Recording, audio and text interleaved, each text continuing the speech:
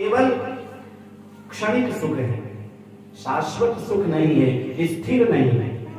और जो स्थिर नहीं है उसका क्या ठिकाना, आज है कल नहीं। उसके बाद ब्राह्मणों और संतों के सम्मान के लिए ऋषभदेव महाराज कहते हैं कि हे पुत्रों, जीवन में याद रखना कि कभी आपके द्वारा किन्हीं संतों का, ब्राह्मणों का, गुरुदेव का अपमान न हो जाए। न ब्राह्मणैस्तुल्ये भूतमन्यत्, मैं तो ब्राह्मणों के समान किसी को नहीं मानता।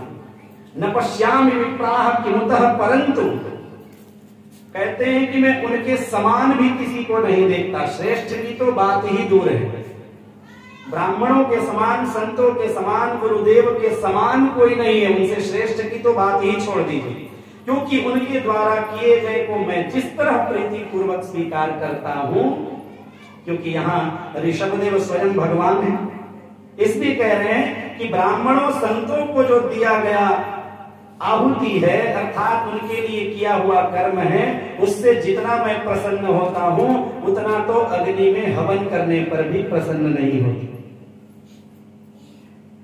इन सभी में श्रेष्ठ संत ब्राह्मण गुरुदेव हैं। देवासुरोभ्यो भगवत प्रधाना दक्षादयो ब्रह्मसुतास्तु तेषां। गोस्वामी तुलसीदास जी रामचरितमानस में निवेदन करते हैं, मम माया संभव संसारा और जीव चराचर विविध प्रकार।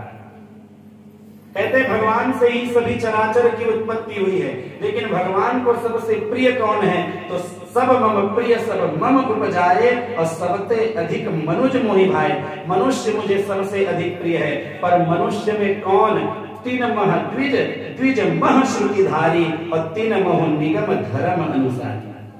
उन मनुष्यों में भी मुझे ब्राह्मण अत्यंत प्रिय है, और ब्राह्मणों में भी जो श्रुतिधारी अर्थात जो वैदिक ब्राह्मण है वो मुझे प्रिय है, और उनसे भी अधिक जो धर्म के मार्ग पर चलने वाले हैं, ऐसे ब्राह्मण संत, ऐसे गुरुदेव मुझे अत्यंत प्रिय है। इस प्रकार ऋषभदेव महाराज अपने पुत्रों को दिव्य उपदेश प्रदान करते हैं और बार बार समझाते हैं कि अपने जीवन में किसी प्रकार से संत ब्राह्मणों का अपमान नहीं करना चाहिए। ऋषभदेव महाराज के पास स्वयं बड़ी बड़ी सिद्धियां आती हैं कि हे प्रभु आप मुझे स्वीकार करें, लेकिन ऋषभदेव ने कभी भी सिद्धियों को स्वीकार नहीं किया और अपने पुत्रों को समझाते हुए कहते हैं कि जो संत महात्मा, जो गुरु केवल सिद्धियों में पढ़कर रह जाता है, वो फिर आगे की यात्रा नहीं कर पाता। इसलिए हमें चाहिए कि सिद्धियों के चक्कर में ना पड़े, क्योंकि ये जो साधन है ये हमारे परम लक्ष्य नहीं है।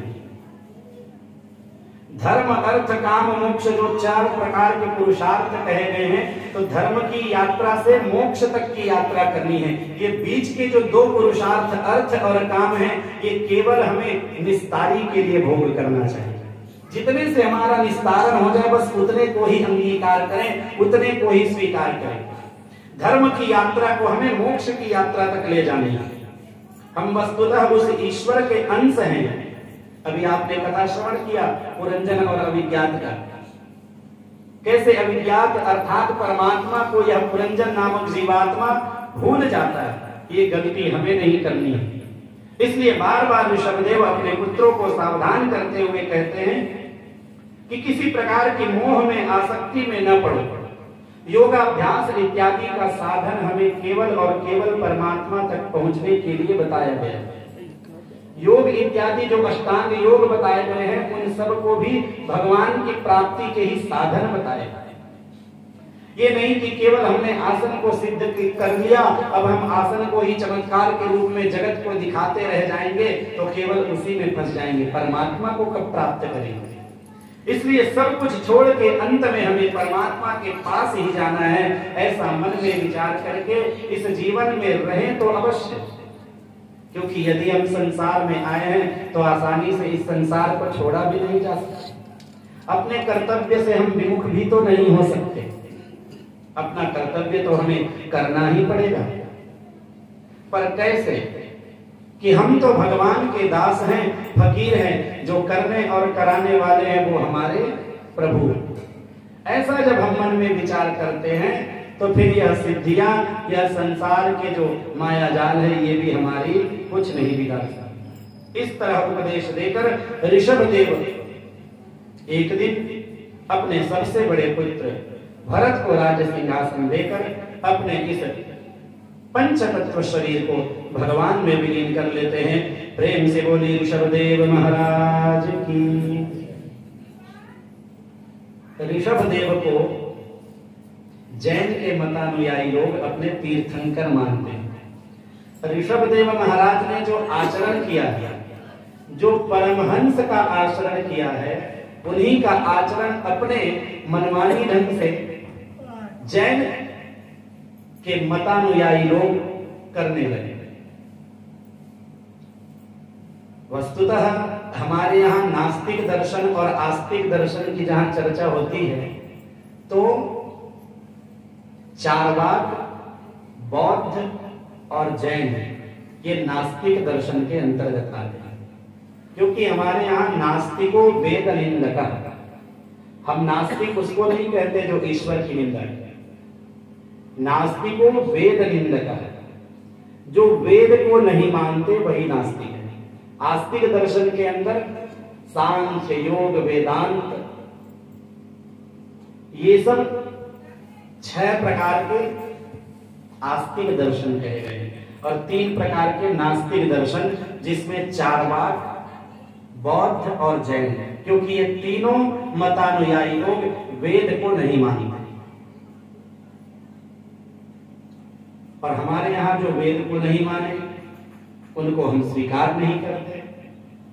एक वाक्य आता है न गच्छेत जैन मंदिरम। हम हर बार अपनी कथा में निवेदन करते हैं न गच्छेत जैन मंदिरम। ऋषभ देव महाराज भगवान के अवतार थे। उन्होंने जो आचरण किया वो बहुत श्रेष्ठ आचरण था, वो परमहंस का आचरण था, वो परिव्राजक सन्यासी का आचरण था। लेकिन अपने मनमानी ढंग से आचरण करने के कारण जैन धर्म को हम नास्तिक धर्म के अंदर स्वीकार करते हैं। और ये जो धर्म शब्द का हम प्रयोग करने लगते हैं, जैन धर्म, बौद्ध धर्म, वस्तुतः तो धर्म एक ही है और वह है सनातन धर्म। ये सब बाद में जितने हुए हैं ये तो पथ संप्रदाय है, पथ है और संप्रदाय है। सम्यक प्रदीयते, हमें अपने पूर्वजों से, हमें अपने कुल परिवार वालों से, अपने ज्येष्ठ लोगों से जो प्राप्त है उसे हम संप्रदाय कहते हैं। लेकिन धर्म को किसी ने नहीं बनाया है, धर्म सनातन है और वो केवल और केवल सनातन धर्म है। इसीलिए हम कहते हैं सत्य सनातन धर्म की जय। किस धर्म की जय हो? तो सत्य सनातन धर्म की जय हो। सत्य के रास्ते में चलने वाले ही धर्म की विजय हो सकती है। अपने मनमानी, मनमुखी आचरण करने को यदि हम धर्म का नाम देते हैं तो वो धर्म का स्वरूप नहीं होता। क्योंकि धर्म का लक्षण धर्मशास्त्र में बताते हैं, मनु इत्यादि स्मृतियों में, मनुस्मृति, याज्ञवल्क्य इत्यादि स्मृतियों में, धारणा धर्म मिथ्याहु, जो धारण करने योग्य है और धारण करने से जो हमारी रक्षा करे। धर्मो रक्षति रक्षिता। जब हम धर्म का पालन करेंगे तो धर्म हमारी रक्षा। इसलिए धारणा धर्म मिथ्याहु। हम हर किसी को धर्म का नाम जो देने लगे हैं ये सही नहीं है। धर्म का एक अपना लक्षण है, धारणा धर्म मिथ्याहु। और श्रीमद् भगवत गीता में भगवान श्री कृष्ण कहते हैं स्वधर्मे निधनम श्रेयः परधर्मो भयावहः। अपने धर्म का आचरण करते हुए हमें यदि अपने प्राणों का त्याग करना पड़े तो भी हमें पीछे नहीं हटना चाहिए। और स्वधर्मे निधनम श्रेयः, तो दूसरे वाक्य में कहते हैं परधर्मो भयावहः। यदि दूसरे धर्म का, दूसरे पंथ संप्रदाय का आचरण करने से हमें राजा महाराजा भी बना दिया जाए, धन खजाना भी मिल जाए, तो उसे स्वीकार नहीं करना चाहिए, क्योंकि वहां पर भय है। तस्मात् शास्त्रं प्रमाणन्ते कार्य कार्य व्यवस्थित। धर्म का आचरण करते हुए धर्म के बताए रास्ते पे ही हमें चलना चाहिए। और धर्म के मार्ग पे यदि हम नहीं चलते हैं तो न सुखम न परांगति, न इस लोक में सुख को प्राप्त कर पाएंगे और उस लोक की बात ही छोड़ दीजिए। ऋषभ देव महाराज के जो सबसे ज्येष्ठ पुत्र हुए, जिनका नाम भरत है, भरतस्तु महाभागवतः यदा भगवता अवनितर परिपालनाय। कहते हैं